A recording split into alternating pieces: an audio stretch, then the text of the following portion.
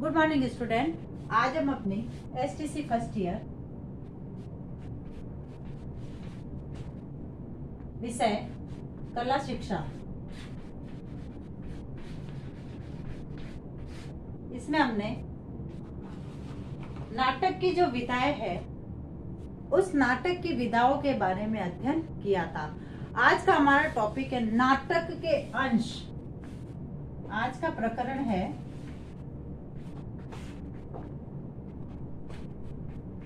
नाटक के अंश। अब नाटक के अंश के अंतर्गत दो प्रकार के अंश होते हैं नाटक के। एक तो मंच अंश, दो भागों में बांटा। पहला मंचीय अंश और इसमें है नेपथ्य अंश। अब मंच अंश के अंतर्गत जैसे चरित्र चित्रण, पात्रों का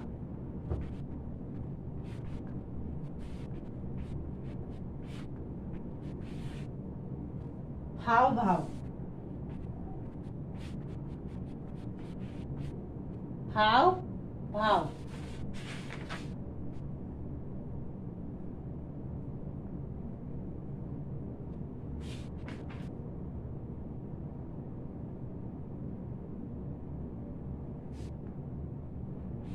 अभिनय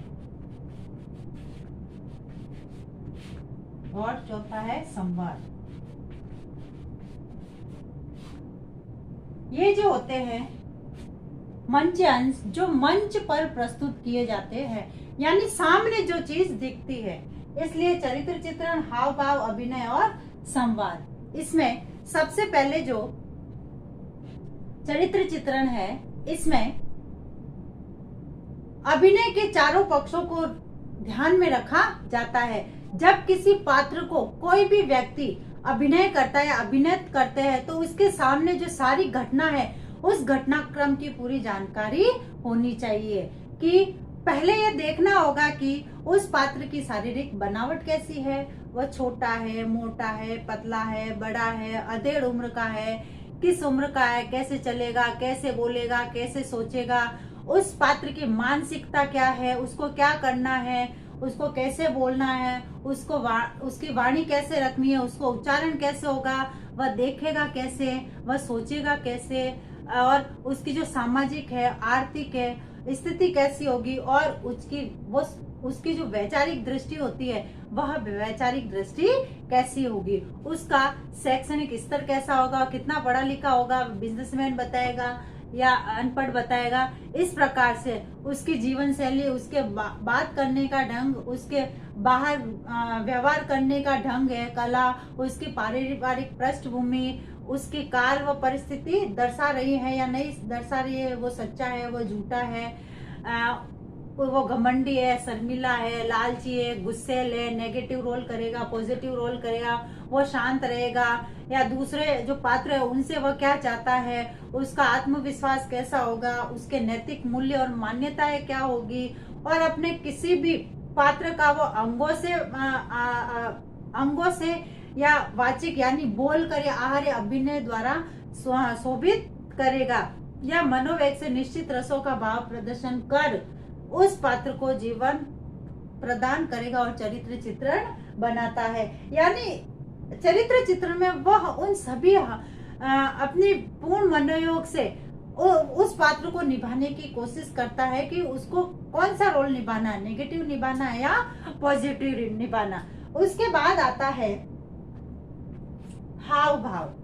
हाव भाव के अंतर्गत भावों के बिना रस नहीं होता है, क्योंकि जब तक अभिनय करने में भाव उत्पन्न नहीं होंगे तब तक अभिनय करने का कोई मतलब नहीं निकलता है, और बिना भावों के अभिनय का कोई अस्तित्व नहीं है। जब अभिनेता अपने हाव भाव से अपने चेहरे और अपने शरीर को किसी पात्र को निश्चित पहचान देता है तो उसमें उच्च कोटि का कलाकार मानते हैं। स्थायी भावों की संख्या में 8 होते हैं और 9 रसों के 8 स्थायी भाव होते हैं। श्रृंगार रस, अभिनय का स्थायी भाव होता है। हास्य का हास, करुण का शोक, शोक, रौद्र का क्रोध, वीर का रस, उत्साह का भयानक का भय, और विभत्स का जुगुप्सा, और अद्भुत का विस्मय, ये जो है, तथा नव्य रस का भाव जो शांत है। अभिनय में अनेक प्रकार की मनोदशा और हाव भाव होती है। यानी जब वो अभिनय करेगा तो उस पात्र के हाव भाव क्या होंगे, वह कैसे करेगा, चेहरे के भाव क्या होंगे, और उसके शारीरिक जो भाव है वो क्या होंगे, इस प्रकार के पात्रों के हाव भाव लिए जाते हैं अभिनय करने में। क्योंकि जब तक अभिनय कला में हाव भाव एक जो अभिनय करने वाला है वह प्रकट नहीं करेगा, तब तक उसकी अभिनय का कोई महत्व नहीं है। उसके बाद है अभिनय। नाट्य शास्त्र में मुख्यतः 4 तरह के अभिनय की बात की गई है। एक तो शरीर की मुद्रा से होने वाला अभिनय, आवाज के द्वारा अभिनय यानी शरीर की मुद्रा से, आंगिक अभिनय, आंगिक अंगों के द्वारा होने वाला, फिर वाचिक, आंगिक वाचिक यानी आवाज द्वारा, वस्त्र विन्यास और श्रृंगार द्वारा, आहार्य यानी उसकी जो वेशभूषा है। तीसरा है आहार्य, वस्त्र विन्यास और उसका श्रृंगार, उसका मेकअप कैसा है। और सबसे जरूरी है अभिनय की जो आंतरिक भावनाएं हैं वो प्रेरित होकर निकलती है या नहीं निकलती है, जिससे आपके होठों, आंखों आदि की अति सूक्ष्म हरकत से प्रभावित होती है। क्योंकि जब व्यक्ति अभिनय करता है तो अभिनय के साथ साथ जो उसके आंगिक जैसे होठ है, आंख है, ये जो है इनके द्वारा एक सूक्ष्म रूप से अभिनय निकलता है। उसके बाद आता है चौथा जो आता है वह है संवाद।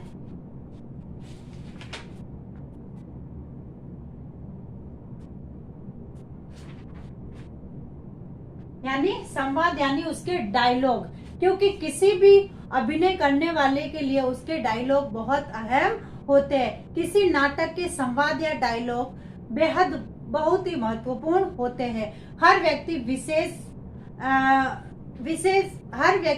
विशेष के संवाद इस बात पर निर्भर करते हैं कि वो व्यक्ति क्या है, क्योंकि उसके डायलॉग जो होते हैं वो डायलॉग ही यह बताते हैं कि आगे वाला व्यक्ति क्या है, उसकी सामाजिक सांस्कृतिक पृष्ठभूमि कैसी है, उसकी क्या उम्र है, वह किस परिस्थिति में है आदि हमें संवादों के माध्यम से ही पता चलता है।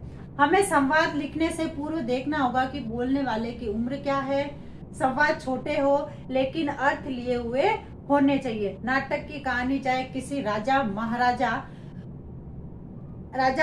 की हो, मुगल नवाबों की हो, किसी संत महात्मा की हो, महापुरुषों की हो, चाहे हास्य हो या वीर गाथा हो, उनके जो संवाद होते हैं वही संवाद दर्शकों को और काल परिस्थिति को एहसास करवाते हैं कि उस समय क्या हुआ होगा। उसके बाद दूसरा जो आता है नेपथ्य अंश। नेपथ्य अंश यानी जो मंच के पीछे के जो बैकग्राउंड के पीछे की जो सारी साज सजावट होती है वो नेपथ्य अंश के अंतर्गत आती है। इसमें नेपथ्य में श्रृंगार,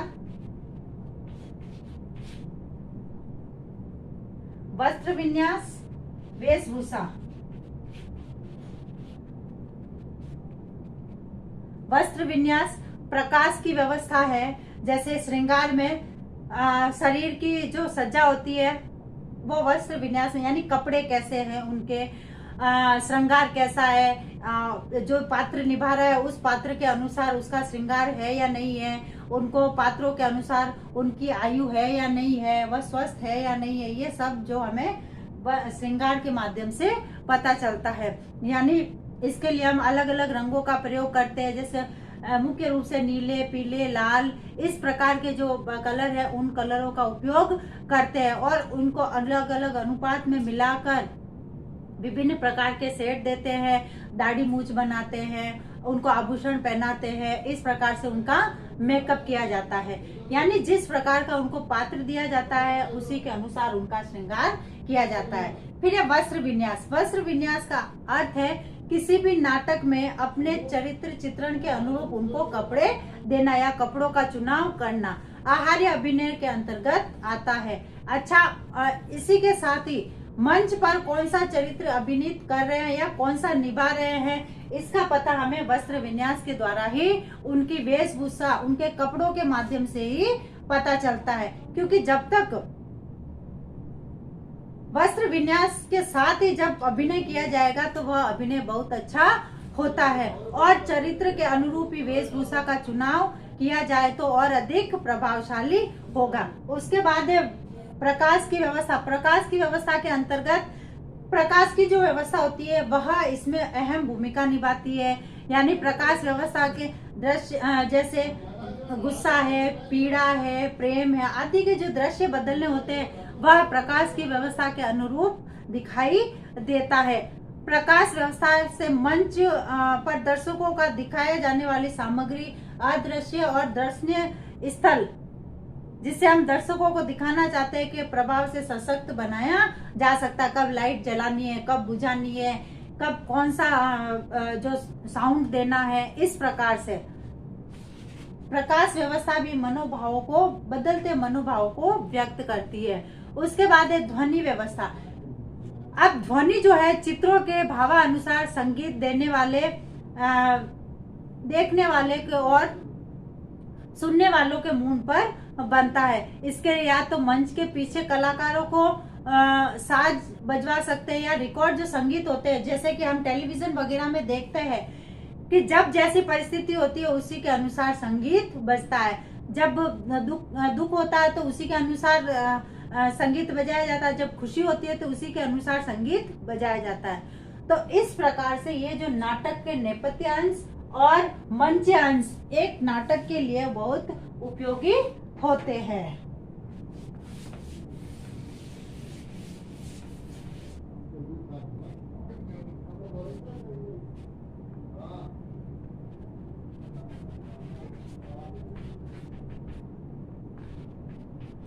नाटक के मुख्य अंश बताइए। जैसे कि हम सभी जानते हैं कि कोरोना चल रहा है तथा इससे बचाव है तो हमें कुछ उपाय करने हैं। हाथों को सैनिटाइज करना, मुंह पर मास्क लगाना तथा सोशल डिस्टेंस का ध्यान रखते हुए किसी भी व्यक्ति से दूरी बनाए रखें। स्वस्थ रहे, सुरक्षित रहे। धन्यवाद।